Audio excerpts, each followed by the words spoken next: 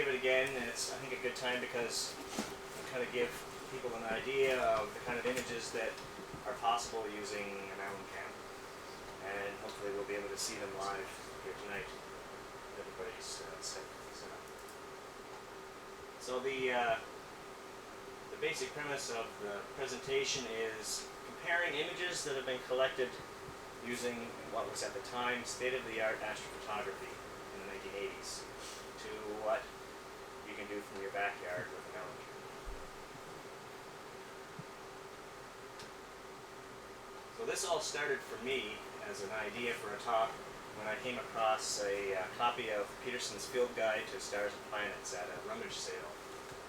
And it brought back a lot of memories for me because this was the book that I checked out of my elementary school library, you know, every month, because it just had a wealth of information, including color plates in the middle. And those images at the time for me were amazing, but coming to where we are now with video astronomy, I was kind of surprised actually at how well live video imaging, observing, compares to what at the time was the best in amateur astrophotography.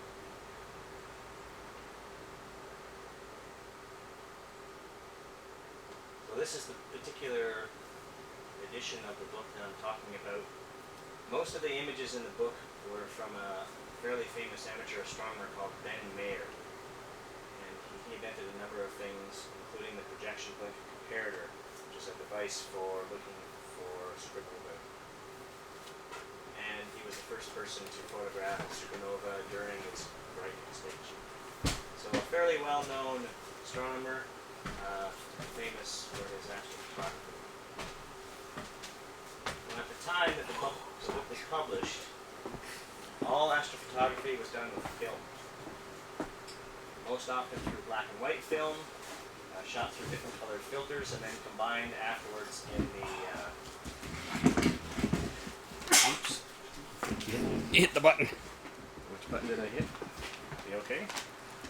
Yeah.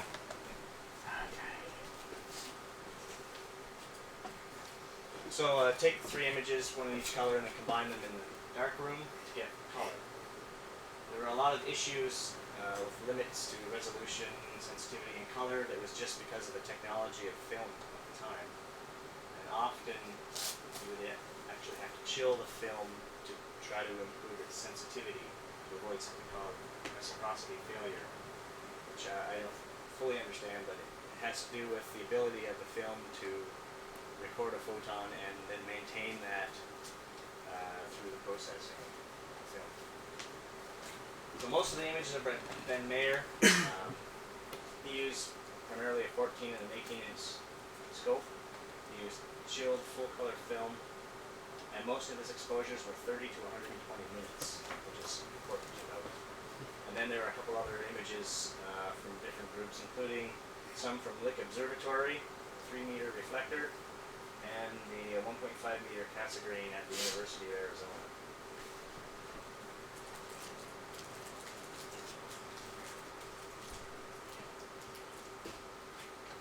My images are all single-frame screen captures from my MallinCam Extreme. There's been no stacking, there's been minimal, actually been no touch-up. It's basically what I've seen on my computer screen, direct feed of the S-video. My exposure times range from 30 seconds to 180 seconds, so about a 60th the exposure duration of what Ben Mayer's images are.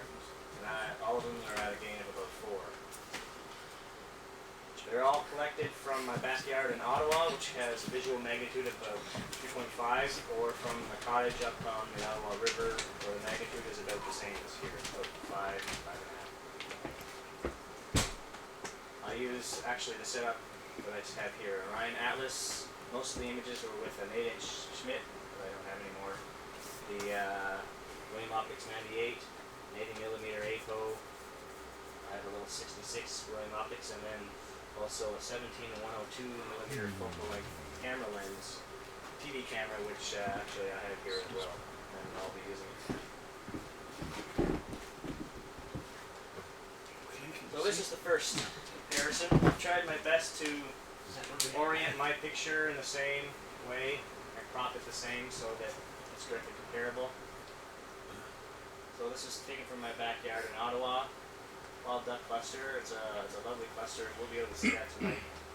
So it's a pretty close comparison. Maybe a bit more of the dimmer stars are coming out in the video shot. So you just held a camera aimed at your monitor. No, this is a screen capture on the PC. Oh, okay. So like a save image like you can from Steph's software. M13. Very nice. Again, I find that the dynamic range in the film images isn't as big. You see how his color is blown out quite a bit. Still dissolve a lot of stars in the core on a shot. And now some galaxies. First one, M64. Not a very impressive shot. It does convey the black eye idea, but it totally misses all of the outer structure. This galaxy is actually quite large. I don't even capture the full extent of it. And these are all spiral arms that get missed in the film photography. And he was a leader in his field. He was a leader in his field, yes. M51. Look at the difference. Again, these are from my light-polluted backyard, and well, actually, this is from Pinwheel. Yeah. A bit better skies. About 60th the exposure time, roughly, and this is a live image, no processing and everything. M101. Again, resolving way more detail, even some of the coloration in the H alpha regions. That was with an 80mm refractor. M33, we'll be able to look at this one tonight actually. Steph had it up last night, and a pretty good shot of it. But his image is actually only capturing this brighter core region. It's not even considering all this outer extent of the spiral arms. Again, that's a 80mm refractor that I used for that shot. This is one of my favorite shots actually. This is the Ring Nebula. The detail in the central area and then the looping structure here I thought was pretty impressive. That was probably only 30-second exposure. That's very pretty. And then M27. One thing that I found was pretty consistent was that the film photography images all failed to capture the oxygen tree. Only the H alpha seems to be picked up, and there's some other shots that it's the same. The M76 little dumbbell. For those of you who stay up late tonight, you should be able to see this one. I'm not doing another 3:30 session. Oh, come on! I'll be up with you. Yeah. Yeah, I'll be there. Murray's tough. Yeah. I'll fall drop dead, but M97. See anything. You can see, yeah, you can't see anything. Like the O3 is just not. This film's not sensitive to it at all. I guess. can you imagine what it's going to be like, let's say, in 10 years' time when Rock comes up with something that's going to blow your images away? Yeah, I'll be doing a talk comparing these to Yeah. the latest. Now it's starting to Absolutely. sound like cloudy clouds. It's Oh, true. Nice. This one I really like because if you M1. look carefully, you see these two stars here, which is at the extent of the nebula. That's these two stars here. So not only am I picking up fainter detail, but it's actually captured the fact that this object is growing in size over the past 30 years. So this shell of gas is expanding, and it's actually happening within our lifespan. Do you see the some elongated star something right there? This must have been something going through his Yeah, frame, satellite, because yeah. there's nothing. Yeah. Here's that star pattern there, Yeah. and it would be sitting right here. Right? So Right. well, maybe it was an asteroid. The aliens. And the sharpness is so much more. There's contrast, sharpness compared to the stars are tightened. What were your settings for this one? That's probably at least a 60-second exposure, HSC forward. So your basic settings. more or Yeah, less. basic settings. Nothing fancy.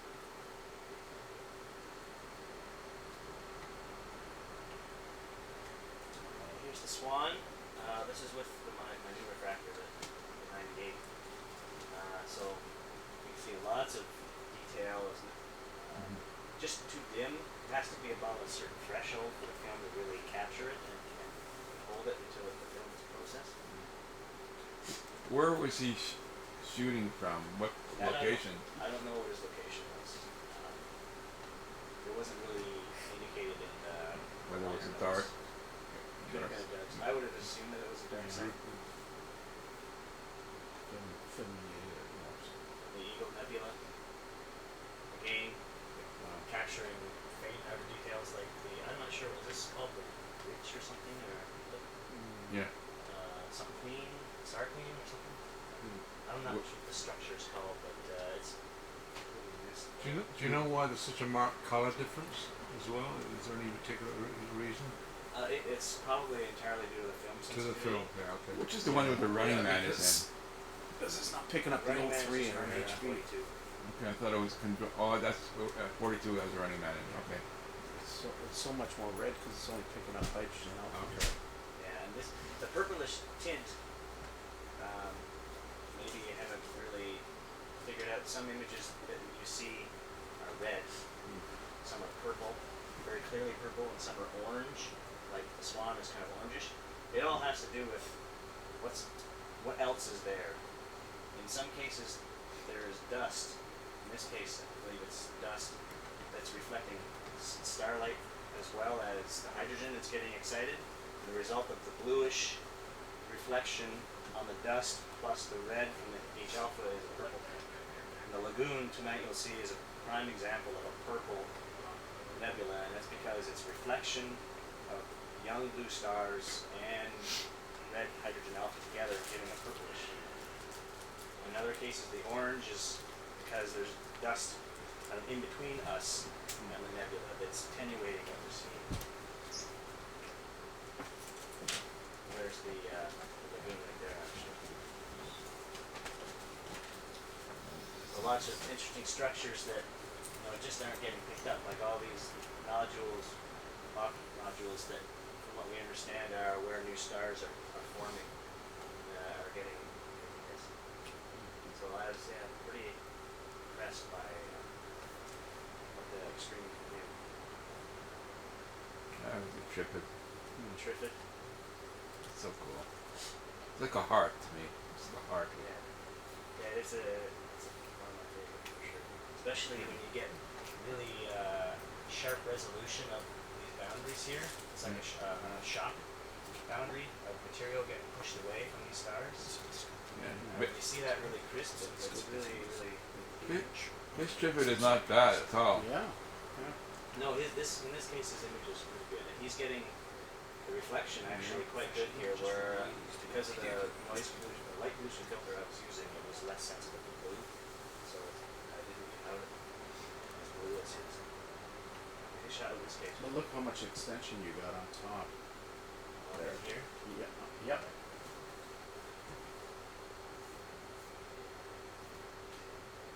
The configuration has not changed much in like In this 30 case, years. This is enormous.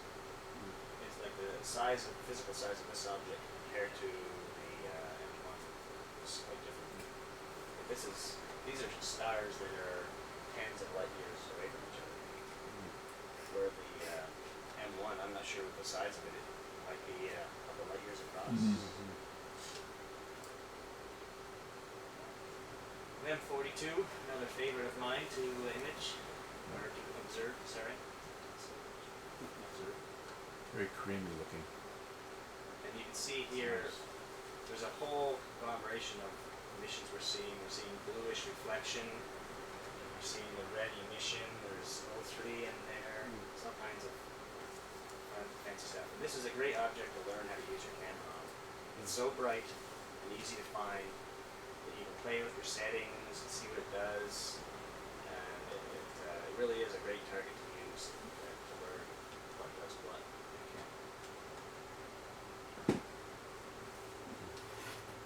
this is the North American Nebula, and this was taken with a 2-inch diameter TV lens strapped onto my extreme, and I actually have that set up here tonight that I'll be using.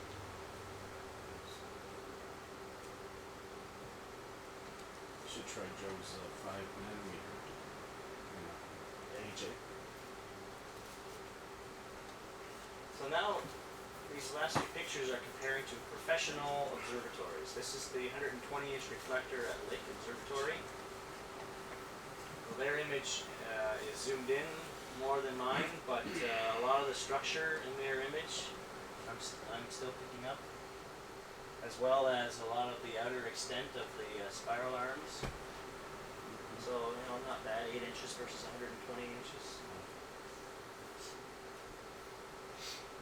Similarly, the same 120-inch reflector on the Bubble Nebula. I was quite impressed by this. That's from Ottawa. This is from my backyard in Ottawa, yeah. Yeah. It's pretty That's happy nice. picking up the full, Looks like full bubble. three-dimensional.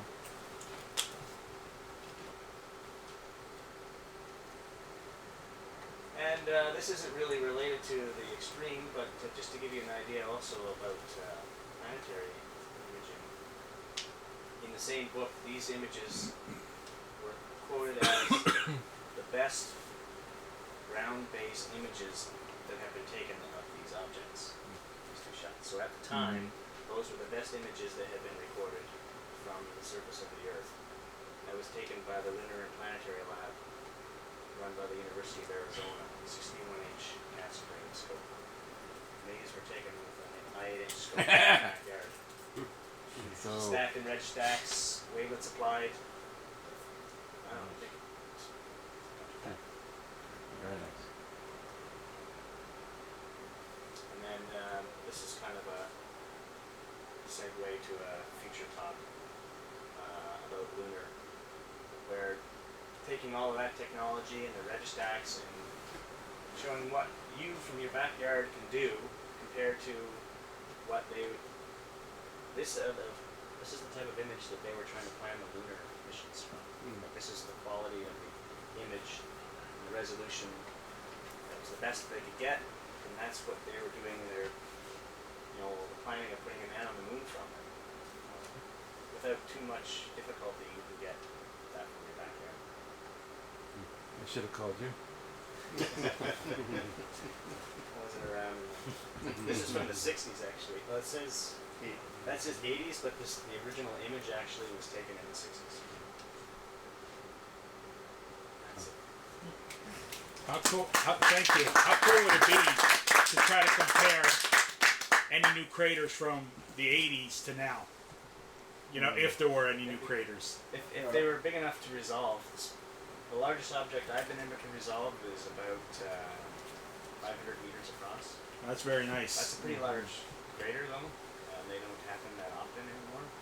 There's a lot of multi-meter diameter craters, but anything bigger than that, they're pretty rare. It would be something to catch something like that, for sure.